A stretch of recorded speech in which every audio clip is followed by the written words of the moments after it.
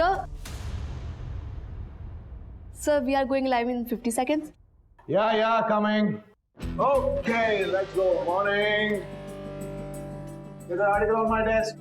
Ready, sir? Oh, come here. Oh. Just what I needed. Jadoo ki jhappi, you know. Let's go.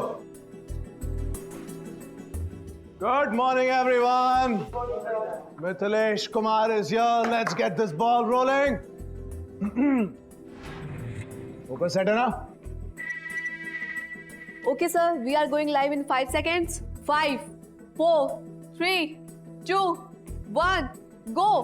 Good morning, मैं हूं मिथिलेश कुमार और स्वागत है आपका सतर्क न्यूज चैनल में।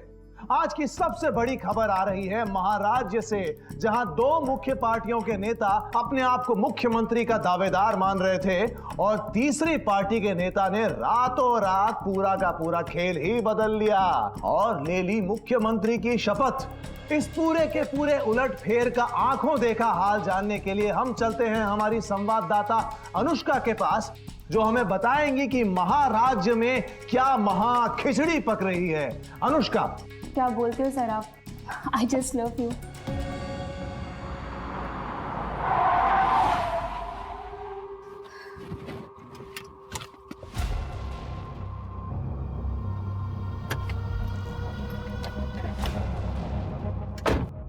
चलो फोन करना मुझे, कल बात करते हैं।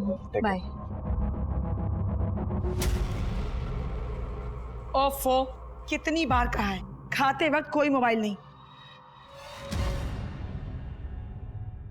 मम्मी, क्या कर रहा है मेरा बच्चा? खाना खा रहा है? ये काम काज के आड़ में अपने घर को आग मत लगाओ और हाँ, अपने उम्र का ख्याल करो और एक बेटा पैदा करने की सोचो।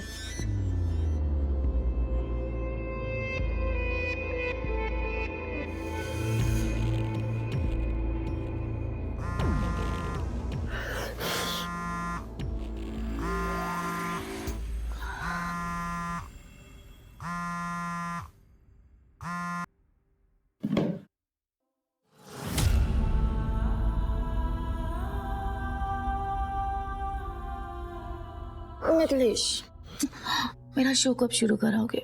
कब से इंतजार ही चल रहा है। अरे कुछ दिन रुक जाओ ना, हो जाएगा।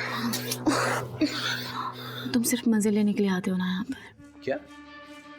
तो क्या मैं अकेले मजे ले रहा हूँ यहाँ पे? और एक बात याद रखो, अगर कोई मजेदार चीज खा रहे होते ना तो उसका मजा जबान पर रहने देते हैं, ऐसे मजा किरकिरा नहीं करते। अरे नहीं मिथिलेश, मेरा मतलब वो नहीं था। मैं सिर्फ इतना कह रही थी कि तुम ट्राई भी नहीं कर रहे हो और मैंने तुम्हारी हर ख्वाहिश पूरी की है ना। अरे छोड़ो यार, you anyway spoiled my Mithilesh, it's half done. मेरी बात तो सुनो मिथिलेश।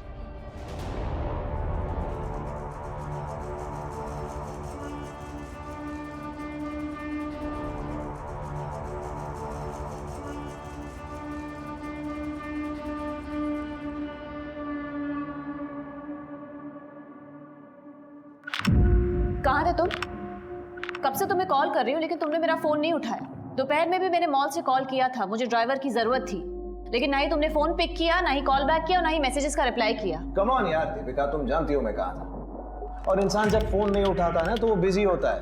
अरे हाँ, मैं तो भूल ही गई थी। मेरा पति तो आजकल बहुत बिजी रहने लगा है, लड़कियों के पीछे लीचड़ बन के।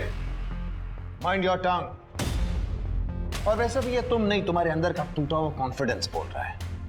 अरे तुम्हें तो अपनी किस्मत पे नाज करना चाहिए कि मिथिलेश कुमार तुम्हारा पति है। Damn it. पति का मतलब समझते हो मिथिलेश? सिर्फ नाम के पति हो तुम। और यही नाम तुम्हारी पहचान है। You remember that.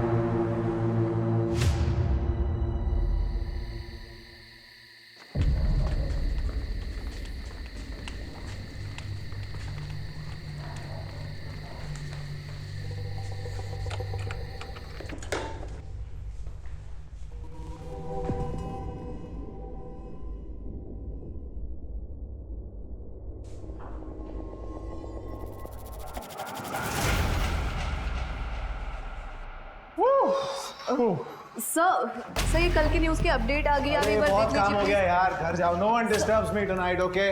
No disturbing. Read this. Come.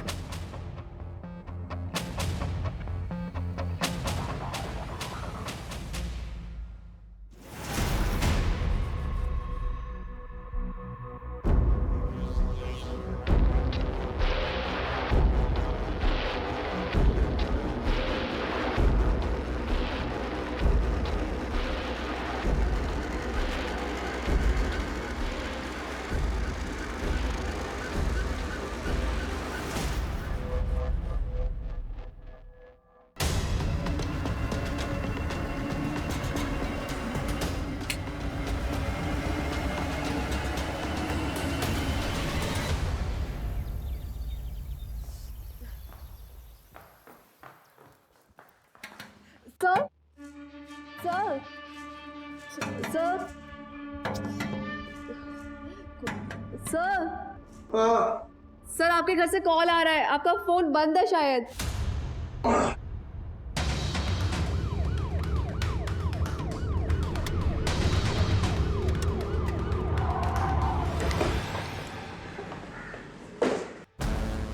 लेकिन दरवाज़ा खुला हुआ था। मैं अंदर आई तो माँ जी का दरवाज़ा बाहर से बंद था और माँ जी अंदर से ज़ोर ज़ोर से खटखटा रही थी। क्या हुआ? ये दरवाजा किसने बंद किया था? मिथिलेश, मिथिलेश, मिथिलेश।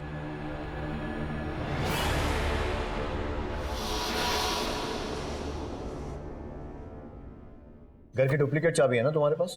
हाँ सर, लेकिन उसकी ज़रूरत नहीं पड़ी ना, दरवाज़ा पहले से खुला हुआ था। घर में इतना कुछ हो गया और मुझे पता ही नहीं चला। जब सुबह में मेरी आंख खुली तो दरवाज़ा बाहर से बंद था। मैंने अपनी बहू को फ़ोन किया लेकिन उसका मोबाइल स्विच ऑफ था। फिर मैंने मिथिलेश को फ़ोन किया, उसका भी मोबाइल बंद था। फिर मैंने ऑफिस के लैंडलाइन पे पापा ओले बेबी, देखो पापा आ गए ना, अभी ठीक हो जाएगा। रोते नहीं हाँ? चल कम गुड कर। आपके घर में इतना बड़ा हादसा हो गया और आप कहाँ थे रात भर? आपका मोबाइल भी बंद था। मेरे शो की शूट चल रही थी, वो जनता जानती है, मैं चैनल में था। रात भर शूट चल रही थी? देखिए सब हाय मिथिलेश, मैं जानता हूँ आपके लिए बहुत दुख की घड़ी है, लेकिन एज यू नो हम पुलिस वालों को हमारा काम करना पड़ता है। जी हाँ सर, आपके ऑफिसर वही काम कर रहे थे। And to answer your question, जी हाँ सर, मेरी शूटिंग रात भर चल रही थी। मैं कोई सरकारी कर्मचारी नहीं हूँ या कोई 10 से 6 तक काम करने वाला आदमी नहीं। I am from media, that too news. हम 24/7 काम करते हैं। मेरी पत्नी भी मेरे ही मीडिया हाउस में काम करती थी, इनफैक्ट वो वहाँ रिपोर्टर थी। नहीं, ये हम सब जानते हैं। अशोक, प्राइम ऑफिस क्या लगता है? सर लूटपाट का मामला लगता है। उन लोगों ने इनकी मम्मी जी के कमरे के दरवाजे को बाहर से बंद किया था। इसका मतलब वो लोग जानते थे कि गहने, जेवर, पैसा और बाकी चीजें दीपिका के कमरे में ही। कोई फोर्स एंट्री भी नहीं है, तो किसी जानने वाले का हाथ भी हो सकता है। अच्छा, कौन हो सकता है? वो तो आप ही सोच के बताइए, आपको किस पे शक है? How would I know? ये तो आपकी स्टेटमेंट है। देखिए, जहां तक मैं जानता हूं, मेरे साथ काम करने वाला हर आदमी भरोसे के लायक है। विमला जी, आपने कोई आहट तक नहीं सुनी? जी नहीं सर। देखिए, आप में से किसी को भी मेरी कोई भी मदद की जरूरत हो तो मेरा नंबर ले लीजिए, लेकिन एक बात याद रखिएगा, किसी पर भी उंगली उठाने से पहले be very sure. Sir, if I may please. Yes sure, you must. पर एक मिनट जी, आपके कमरे में जो भी सामान मिसिंग है, गहने या कैश, उसकी एक डिटेल लिस्ट बना के हमें दे जाइए। श्योर।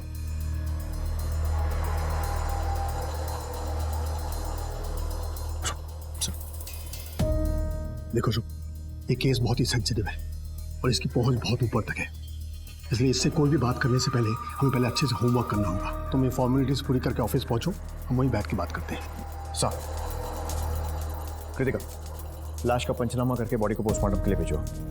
और आसपास के सारे सीसीटीवी चेक करो, शायद किसी के फुटेज में वो चोर आते या जाते हुए कैप्चर हुए। और पड़ोसियों से पूछताछ करो रात में अगर किसी ने कुछ देखा हो तो।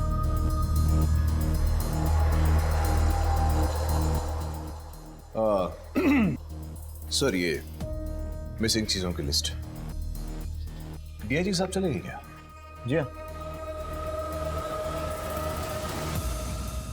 नोएडा, जो कि एक मीडिया हब माना जाता है, वहां के एक नामी गिरामी न्यूज चैनल सतर्क न्यूज की जर्नलिस्ट और TV news anchor Mithilesh Kumar की पत्नी दीपिका की उनके ही घर में हत्या कर दी गई थी। पुलिस ने पहले से ही कमर कस ली थी।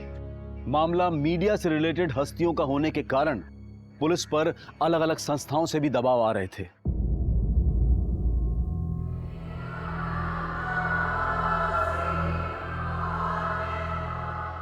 May I come in, sir?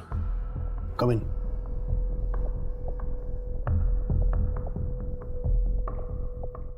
Sir, ये मिथिलेश की केस फाइल। सर, उसने चोरी हुए सामान की लिस्ट दे दी है। सीसीटीवी में कोई आता जाता नजर आया था? नहीं सर, बंगले का सीसीटीवी सिस्टम 1 महीने से बंद पड़ा है, लेकिन एक टीम आसपास और मोहल्ले को खंगाल रही है, पर अब तक कोई सक्सेस नहीं मिली है। अपने वांटेड क्रिमिनल्स की लिस्ट निकालो और चेक करो कि उनमें से कोई उस वक्त वहाँ था या नहीं। सर, सारे ज्वेलर्स और सेकेंड हैंड माल बेचने और खरीदने वाले, इनको अलर्ट कर दो। अपने खबरियों को भी काम पर लगा दो। सर। सर, ये दीपिका की पोस्टमार्टम रिपोर्ट। उसके शरीर पर 18 बार वार किया गया। 18? लगता है कातिल कोई चांस नहीं लेना चाहता था कि दीपिका बच जाए, लेकिन क्यों?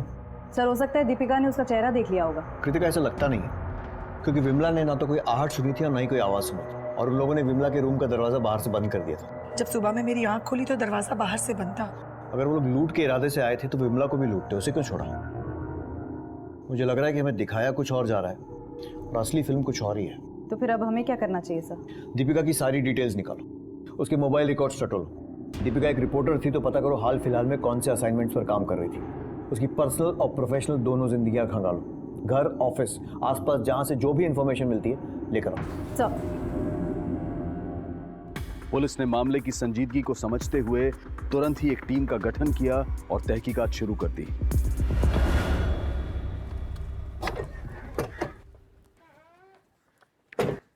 सर, दीपिका मर्डर केस में आसपास के लोगों से पूछताछ की।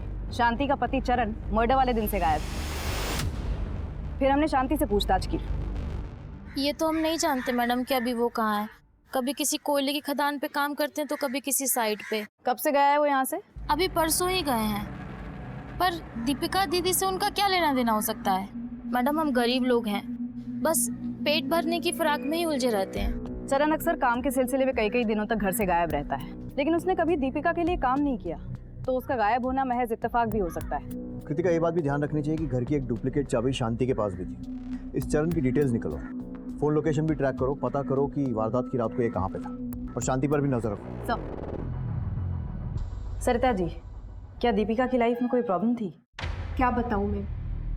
दीपिका की सास विमला ने दीपिका पे पोते के लिए दबाव बनाया हुआ था। दीपिका टूट गई थी। ना मुझसे ढंग से बात करते हैं, ना मेरे साथ कोई संबंध रखा हुआ है। तुम ही बताओ ना माँ, कहाँ से पोता दूं मम्मी जी को?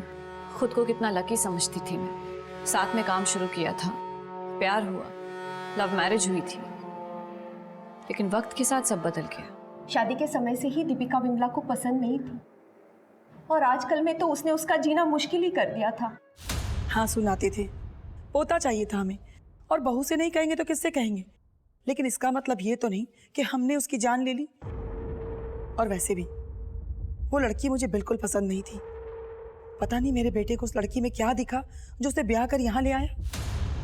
सर, चरण का फोन तो स्विच ऑफ आ रहा है। उसकी लास्ट लोकेशन नोएडा थी। एक टीम बनाकर उसके गांव नाथुपुर यूपी भेज दी।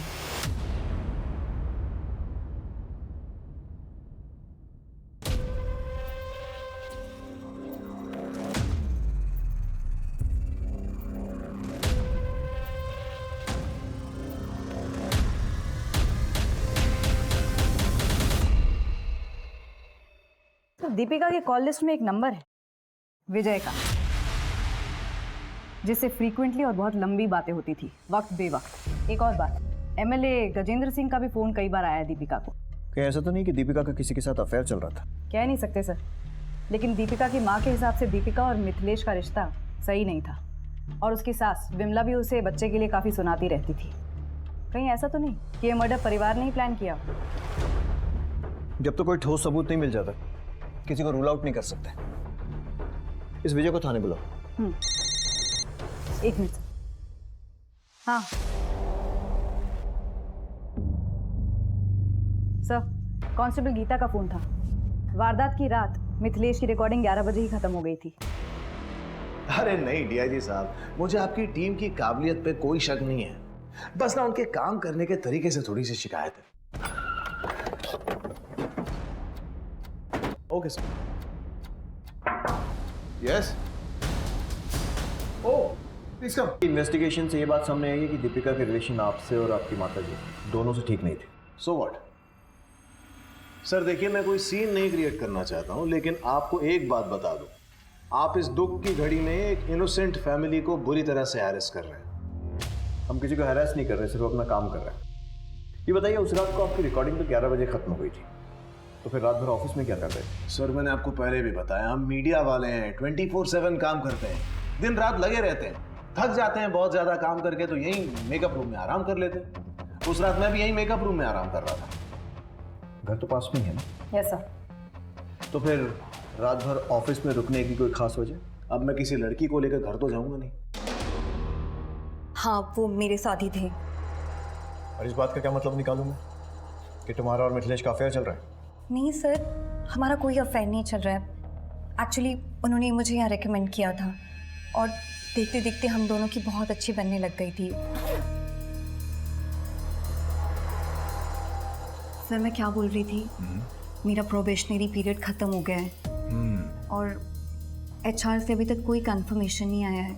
सर दीपेश सर बोल रहे थे कि अगर आप बात करेंगे ना तो जल्दी कंफर्मेशन आ जाएगी। वो तो हो जाएगा, लेकिन तुम्हें परमानेंट करके मुझे क्या मिलेगा? सर आप जो भी चाहो। तुम्हारे घर पहुंचने से पहले कंफर्मेशन मेल आ जाएगा। Thank you sir. सर ने मेरे लिए इतना कुछ किया, इसलिए जब भी वो तनाव में होते थे तो बस मैं उनका दर्द बांट लिया करती थी। बस इतना ही रिश्ता है हमारा। मैं कैसे मान लूं? मानना पड़ेगा सर, डॉली और मेरे बीच संबंध है और मानता हूं आप लोगों को शक करने की पगार मिलती है, लेकिन अब किस बात का डाउट हो रहा है आप? हाल फिलहाल में दीपिका के नंबर पर MLA गजेंद्र सिंह के नंबर से बहुत सारे कॉल्स आए थे। कोई आइडिया क्यों? अरे उसने स्टिंग ऑपरेशन किया था उन पे, काफी धमकी भरे कॉल्स आते थे उसको वहां से। तुम्हें जो करना है कर लो। शायद आप जानती नहीं है हम कौन है। मुझे पता है तुम कौन हो, और अब सारी दुनिया को पता लगेगा कि असल में तुम हो कौन। जब मैं तुम्हारा स्कूल से लड़कियां सप्लाई करने का स्कैंडल बाहर लाऊंगी। कौन से स्कैंडल का स्टिंग किया दीपिका ने? लड़कियां सप्लाई करने के स्कैंडल का। पर ऐसी कोई रिपोर्ट पब्लिक में तो आई नहीं। यही तो हमारे देश की विडंबना है मैम। हम लोग जी जान लगा देते हैं सच को बाहर निकालने के लिए और कुछ लोग उसी सच को छुपाने के लिए। हम कुछ नहीं जानते महोदय। अब आप हमारे ही आदमियों को टारगेट करोगे तो कैसे चलेगा? वैसे आप फिक्र मत करो, हमने मिठाई बढ़वा दी है, अब तो कड़वाहट दूर कर दो। भाई हमारा नाम सुर्खियों में आना चाहिए, लेकिन तारीफ के लिए। और हाँ, अपनी उस सरफरी लड़की को भी समझा देना। उस स्टिंग ऑपरेशन का फुटेज किसके पास है? अब देखिए, दीपिका और उनकी क्या डीलिंग हुई है मैं नहीं जानता, लेकिन वो फुटेज इस चैनल तक नहीं पहुंची। That's all I know. Now if you excuse me, I have a meeting in Delhi, so I better rush. Thanks. और हाँ, चाय कॉफी जरूर पी कर जाइएगा। Excuse, thank you. अरे हम क्यों मरवाएंगे सर? हमें राजनीति करनी, और ऐसे काम करके हम खुद पे कीचड़ उछलवाएंगे? बताइए। और ये मीडिया वालों को नहीं जानते, ये तो बेमतलब किसी को भी किसी भी मामले में घसीट लेते हैं। गजेंद्र सिंह जी, दीपिका का मर्डर हुआ है, वही दीपिका जो आपका स्टिंग ऑपरेशन कर रही थी। हो सकता है कि आपकी सफेद पोशाक पर कीचड़ ना उछले, इसलिए आपने उसे मरवा दिया। अरे ये क्या कहे जा रहे हैं आप? कौन सा मर्डर, कौन सा स्टिंग? आपको जरूर कोई गुमराह कर रहा है।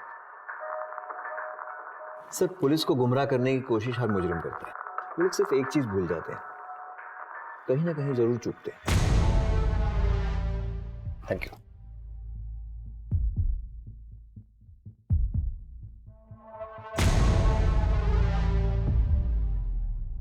अगर वाकई में कोई स्टिंग ऑपरेशन हुआ है तो इस MLA ने दीपिका को खरीदने की कोशिश जरूर की होगी।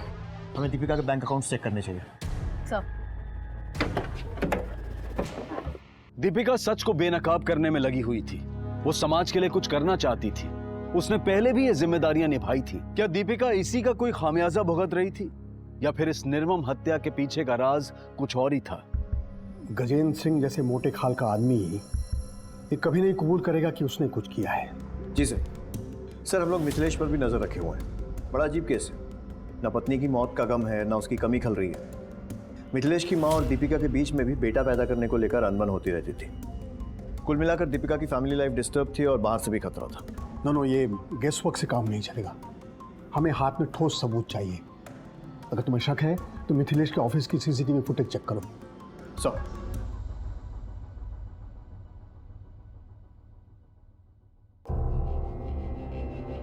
और विजय, मोबाइल रिचार्ज आजकल बहुत सस्ते हो गए हैं ना? मतलब सर? दीपिका से तुम्हारी वक्त बेवक्त बात होती थी, जान सकता हूँ क्या वजह थी? सिर्फ काम के सिलसिले में हमारी बात होती थी। एक बार एसिड अटैक विक्टिम के स्टोरी के कवरेज के दौरान हमारी दीपिका जी से मुलाकात हुई। उस वक्त उन्होंने हमारी काफ़ी मदद की थी। तब से हमारी अच्छी दोस्ती हो गई, पर हमारा कोई अफेयर नहीं था सर। पर हाँ, दीपिका जी का मैरिड लाइफ सही नहीं चल रहा था। मिथिलेश आजकल मेरे साथ बहुत ही वियर्ड बिहेव करता है विजय। उसे ना घर आने की जल्दी होती है ना कोई ज़रूरत, और अगर आ भी जाता है तो दो बातें भी नहीं करता है मेरे साथ ढंग से। ऑफिस में हम दोनों साथ रहते हैं, लेकिन वो मेरे लिए समय नहीं निकलता है विजय। मेरे फोन कॉल्स भी नहीं उठाता है। ऊपर से मेरी सास वो दूसरे बच्चे की रट लगा कर रखे हुए, वो जिया के लिए भी वक्त नहीं निकालता है विजय। मुझे लगता है ना उस पर सक्सेस का नशा चढ़ गया है। मैं क्या करूं विजय?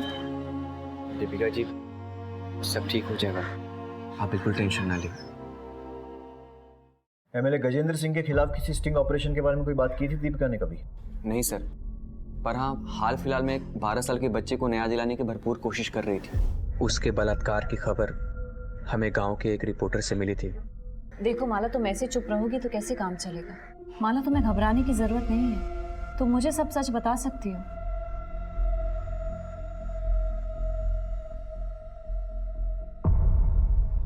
बताओ माला। दीदी, गुड्डू भैया ने मेरे साथ जबरदस्ती की।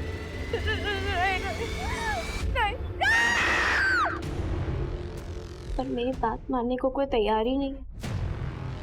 इतना बड़ा हादसा हो गया आपकी नाबालिग पोती के साथ और आप लोग हाथ में हाथ धरे बैठे हुए हैं। एक बार कंप्लेंट लिखा दो, फिर मैं भी देखती हूँ गुड्डू को सजा कैसे नहीं होती है। मैडम जी, आप गुड्डू के बारे में जानती हैं ना, उसके ऊपर विधायक जी का हाथ है। आपका क्या? आप दोनों उकसा के चली जाओगी। उसके बाद, अरे उसके बाद हमको इसी गांव में रहना, इसी बिरादरी के साथ। हम इस पचड़े में नहीं पड़ना चाहते, हमें माफ कर दो बस। मेरी बात तो आप जाइए यहाँ से। सर, दीपिका जी ने समझाने की बहुत कोशिश की थी ताकि वो कंप्लेन करें और हम उनकी हेल्प कर सके, उन्हें न्याय दिला सके, पर वो नहीं माने।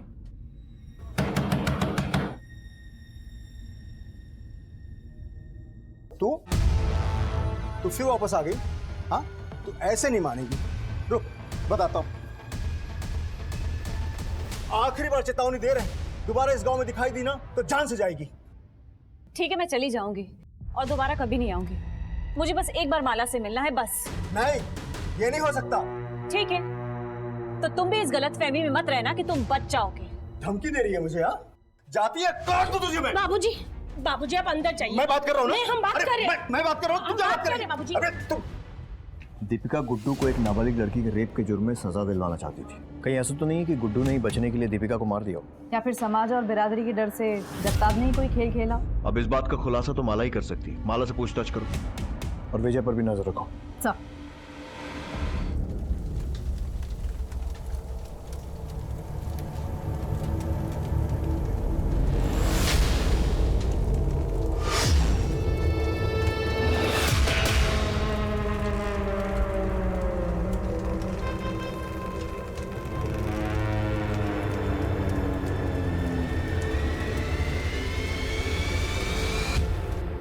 सब पूरी टीम ने दिन रात एक करके ये फुटेज निकाली है।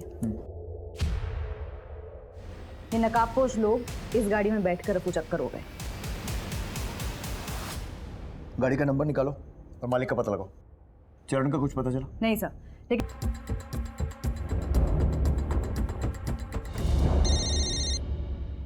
हाँ बोल। ओके सर, मिथिलेश के ऑफिस में एक लड़की है जानवी। इन दिनों मिथिलेश उस पर बड़ा मेहरबान है, जबकि कुछ दिन पहले उसकी बेइज्जती की थी। वेलकम फ्रेंड्स, मैं आपकी होस्ट जानवी शर्मा आपके सामने हूँ मेरे अपने show news on the run with Janvi. जिस शो का कॉन्सेप्ट नोट तुम्हारे चेहरे पर फेंका गया था, अब वही शो तुम होस्ट कर रही हो। News on the run with Janvi, ये यूनिक कॉन्सेप्ट लोग जरूर देखना पसंद करेंगे। आपको मेरा आइडिया कैसा लगा सर? ये कॉन्सेप्ट है ये। हाँ, इट्स अ आइडिया। स्टैटिस्टिक्स देखी है तुमने? तुम्हें क्या लगता है मैं तुम्हारी सिफारिश करूंगा और ऊपर बैठे लोग खुशी खुशी तुम्हें ये शो होस्ट करने देंगे?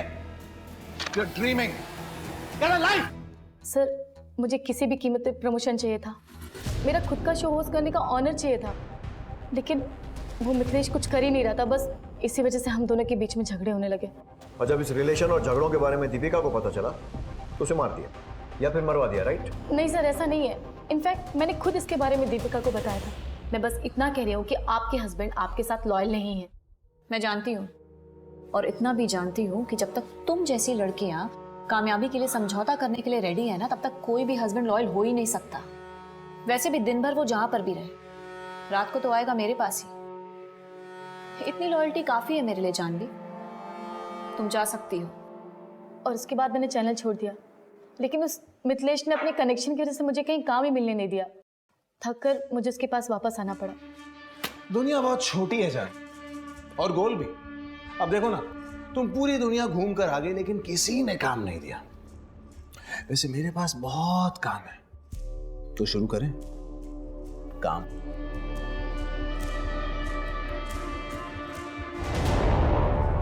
तुम्हारा चैनल छोड़कर जाना और फिर दीपिका की मौत के बाद वापस आ जाना। कहानी में यही एक ट्विस्ट है। काम तुम्हारा मिथिलेश के ऑफिस में था, लेकिन नजर उसके घर पर। वैसे भी कुछ पाने के लिए कुछ खोने, I mean, कुछ भी करने का तुम्हारा फंडा तो क्लियर है? नहीं सर, मैंने कुछ भी नहीं किया। वो हम तय करेंगे। जब तक हम ना कहें शहर छोड़ के मत जाना। सर विजय को एमएलए गजेंद्र सिंह के पीए के साथ देखा गया। विजय, तू न्यूज में क्या कर रहा है? तुझे तो फिक्शन राइटर होना चाहिए। इतनी लंबी लंबी कहानियां सुनाई तूने, लेकिन सबसे जरूरी कहानी सुनाना भूल गया।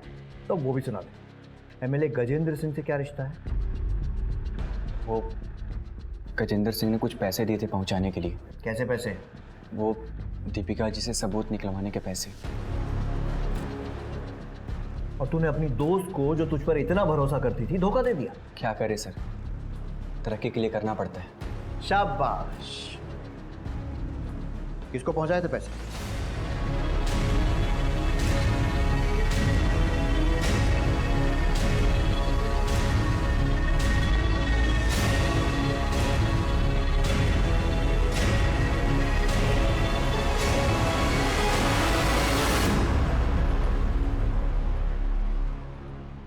देखिए सर, ये बात छिपी नहीं है। हर एक चैनल को किसी ना किसी राजनीतिक पार्टी से फंडिंग मिलती रही है। हमें भी गजेंद्र सिंह से फंडिंग मिलती है, तो हम उनका स्टिंग ऑपरेशन करवाकर अपने पांव पर कुल्हाड़ी क्यों मारेंगे? सर, ये इन दोनों की मिली भगत है। हो सकता है पैसा देने के बाद भी गजेंद्र सिंह ने दीपिका से बदला लिया। पॉसिबल है, बस वो चोरों की टोली एक बार हमारे हाथ लग जाए।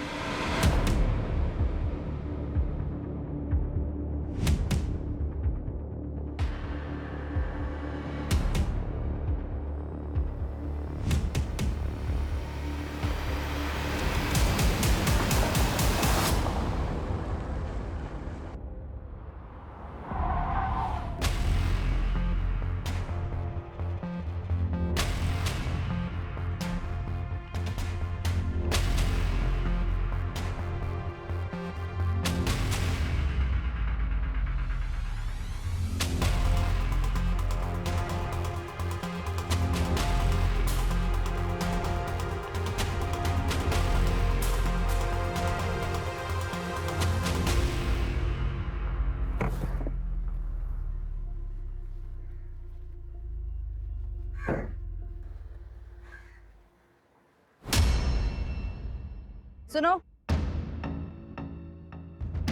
नाम क्या है तुम्हारा? और ये मिथिलेश को कैसे जानती हो? आप कौन है? पुलिस। अपना आईडी दिखाओ।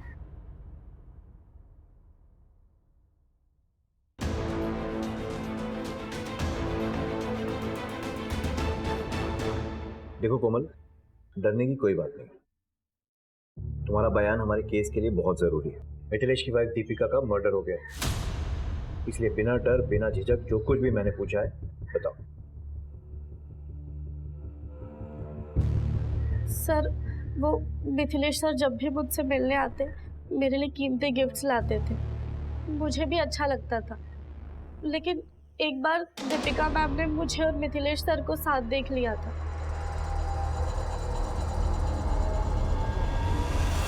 तुम्हारा मिथिलेश के साथ क्या रिश्ता है? आप कौन है? मैं मिथिलेश की वाइफ हूँ। जो तुम कर रही हो ना वो बहुत गलत है, और वो महज तुम जैसी लड़कियों को यूज करता है। What nonsense यार। तो क्या अब मैं किसी भी लड़की को हाथ लगाने से पहले उसका बर्थ सर्टिफिकेट देखूंगा? सर आपको केस करना है तो कीजिए ना, जाइए कोर्ट में। एक बहुत बड़ी लीगल टीम पाल रखी है मैंने, वो देख लेंगे क्या करना है। एक बात बता दूं सर, आप ना बस यहीं घूम रहे हैं इधर इधर मेरे आसपास, और अपना और उससे बहुत ज्यादा इंपॉर्टेंट मेरा टाइम वेस्ट कर रहे हैं। अगर इतनी मेहनत आपने असली कातिल को ढूंढने में की होती ना, तो शायद आज वो बिहाइंड बार्स होता और शायद आपकी वर्दी बच जाती। क्योंकि आपका ये केस तो चलता रहेगा सर, लेकिन मैं बहुत जल्द आप पर मानहानि का केस ठोक कर रहूंगा। सर, कांस्टेबल हरीश से पता चला है कि गांव में कई दिनों से किसी ने भी माला को नहीं देखा है। इस जगदाप और गुड्डू दोनों को उठाओ। सर। क्या? सुन, पुलिस को भनक लग गई, वो कभी भी आ सकती। एक काम करते हैं, कुछ दिनों के गुजरात चले चलते हैं।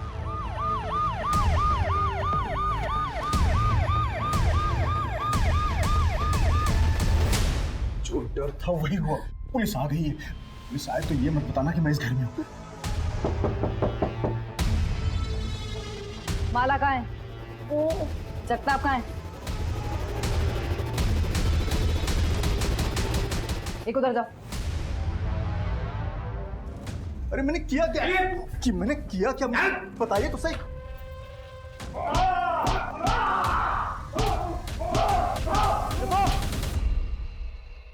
माला कहाँ है? बता कहाँ है माला? क्या किया तूने उसके साथ? तूने उसे मार दिया या गुड्डू को बेच दिया? बोल। क्यों मारूंगा मैं माला को? मैं तो माला को खुद ढूंढ रहा हूँ, क्योंकि माला मेरे कमाई का जरिया थी। मतलब ये कि गुड्डू हमें हर महीने 25,000 रुपए देता था अपना मुंह बंद रखने के लिए, ताकि ये मामला हम पुलिस स्टेशन तक न ले जाएं।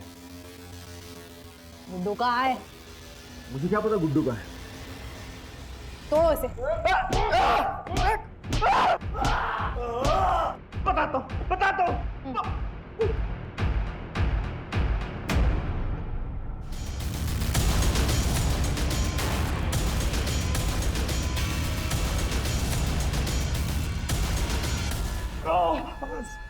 साहब मैं सच बोल रहा हूँ, मैंने माला का रेप नहीं किया साहब, और ना ही मैं किसी दीपिका को जानता हूँ। सब लोग झूठ बोल रहे हैं साहब। जगताप को किस बात के पैसे दे रहा था? हाँ? और माला ने तेरा नाम क्यों लिया? सच सच बोल, नहीं तो जबान हलक में से निकाल लूंगा। बताता हूँ साहब, बताता हूँ। माला का रेप मैं नहीं किया था साहब। नहीं। माला कहाँ है ये जगता भी जानता है, मैं कुछ नहीं जानता सर।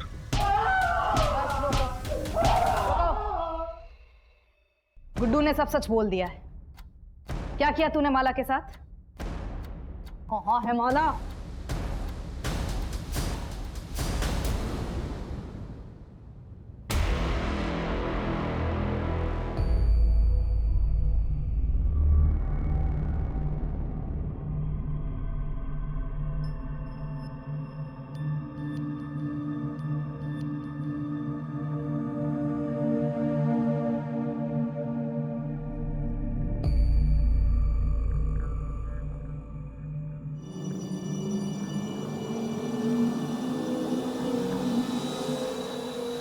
कहाँ जा रही है तू आधी रात को? हाँ? मैं पुलिस स्टेशन जा रही हूँ, कंप्लेन लिखवा रहे हैं। दीपिका दीदी ने सही कहा था, गुड्डू भैया को सजा मिलनी चाहिए। पागल हो गई है तू? कंप्लेन लिखाएगी? पुलिस स्टेशन जा रही है? चल चल घर चल। नहीं, मैं नहीं आऊंगी। मैंने कहा घर चल। मेरा हाथ छोड़ो। जिद न कर, तू घर चल। तू चल।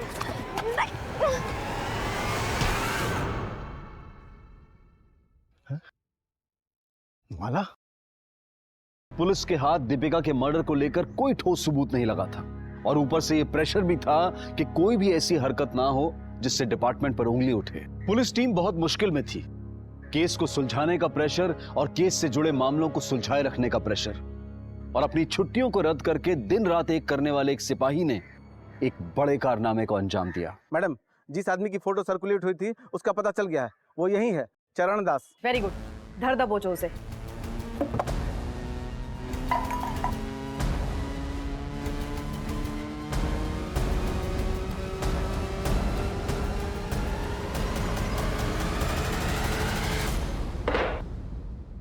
आपके चरण हमारे थाने में पड़े, हम तो धन्य हो गए। मैं कुछ नहीं जानता सर, मैं तो सिर्फ चोरी के इरादे से घर में घुसा था और चोरी करके बाहर निकल गया।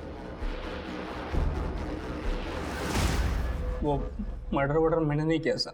2 लोग और थे ना तेरे साथ, नाम बताओ उनके।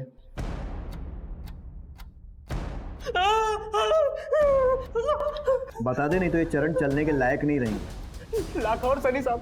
कहाँ मिलेंगे? फरीदाबाद।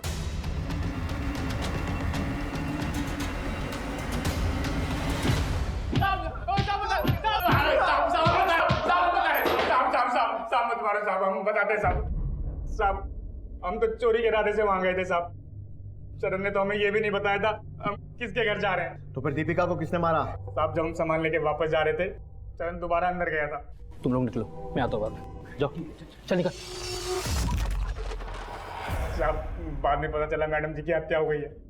साहब हम दोनों ने कुछ भी नहीं किया, जो भी किया उस चरण ने किया होगा। साहब हम तो उसके आने से पहले सामान लेके वापस चले गए थे साहब। साहब हमें माफ कर दो, हमने कुछ नहीं किया साहब। चलिए चलिए।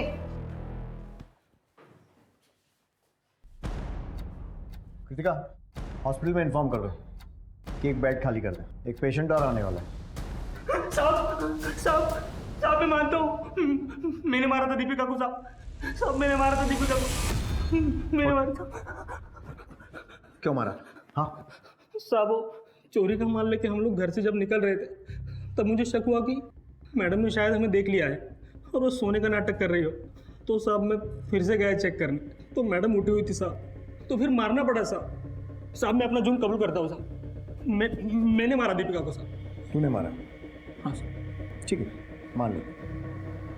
कितने बार किए थे बॉडी पे? वो 4। ये दीपिका की पोस्टमार्टम रिपोर्ट। उसके शरीर पर 18 बार वार किए गए। What do you mean? मतलब हमारी हेल्प। ठीक है, तो आपके कारनामों की लिस्ट हम ही बताते हैं। कोमल याद है, उसने आपके खिलाफ शिकायत दर्ज करवाई। आपकी याददाश्त के लिए बता दूं कि उसके साथ सोते समय आपने उसका बर्थ सर्टिफिकेट चेक नहीं किया था। चेक कर लेना चाहिए था। एक अंडर एज नाबालिग लड़की के साथ फिजिकल रिलेशन बनाने के जुर्म में कम से कम 7 साल के अंदर तो जाएंगे आप। और अब सबसे ज़रूरी बात, 25 नवंबर की रात को 2 से 3 बजे के बीच, यानी 1 घंटा, अपना मोबाइल और अपनी गाड़ी ऑफिस में छोड़कर पीछे के रास्ते से पैदल कहाँ गए थे? मैं बता देता हूँ, अपने घर गए थे। 25 मिनट जाने के, 25 मिनट आने के, और बचे हुए 10 मिनट किसी की भी हत्या करने के लिए काफ़ी है। हमारी एक टीम पैदल चलकर तुम्हारे ऑफिस से तुम्हारे घर गई और वहाँ से वापस तुम्हारे ऑफिस आई 50 मिनट में। कैसा लगा हमारा होमवर्क? अरे क्या बकवास कर रहे हैं सर आप? बकवास नहीं, सबूत गवाह सब है हमारे पास। और तीसरी और सबसे अहम बात, चोरी के सामान की लिस्ट मंगाने पर लिस्ट 10 मिनट के अंदर हमारे पास आ गई। मिसिंग चीजों की लिस्ट। ऐसा कैसे पॉसिबल है कि बिना कहीं बैठे, बिना कहीं लिखे तूने लिस्ट बना दी? मतलब लिस्ट तेरे पास पहले से थी, है ना? घर का सीसीटीवी 1 महीने से बंद था और ऑफिस का सीसीटीवी सर्वर 6 बजे से। ये बता रहे हैं कि शाम 6 बजे से सुबह 9 बजे तक, यानी लगभग 15 घंटे के लिए ऑफिस का सीसीटीवी चल ही नहीं रहा था। प्लानिंग तो अच्छी थी, लेकिन तेरा ये जो मशहूर चेहरा है ना, इसी ने तुझे फंसा दिया। अरे मैडम, इनको कौन नहीं जानता है? ये तो मिथिलेश साहब हैं। ये साहब उस रात को 2 बजे के आसपास यहीं से गए थे और 3 सवा 3 बजे के आसपास वापस भी आ गए थे। लेकिन उस दिन अपनी कार से नहीं गए थे, पैदल ही गए थे। अरे क्या बात कर रहे हैं सर आप? उसने आपको कबूलनामा दिया है ना? वो कौन है? वो चरण दास दिया है, लेकिन उसका तेरे लिए इतना वफादार होना ही तेरी बर्बादी का कारण बनेगा। कितने बार किए थे बॉडी पे? 4। पोस्टमार्टम रिपोर्ट के हिसाब से दीपिका की बॉडी पर 18 वार किए गए थे। 18। छी, घृणा आती है मुझे मिथिलेश, एक माइनर लड़की के साथ। क्या तुम नहीं चाहते कि तुम इस सबसे फ्री हो जाओ? और तुम्हारी जैसी और भी लड़कियां उसके चंगुल में ना फंसे। बस तुम जब भी नेक्स्ट टाइम उससे मिलो ना, तो इस पेन कैमरा में सब रिकॉर्ड कर लेना।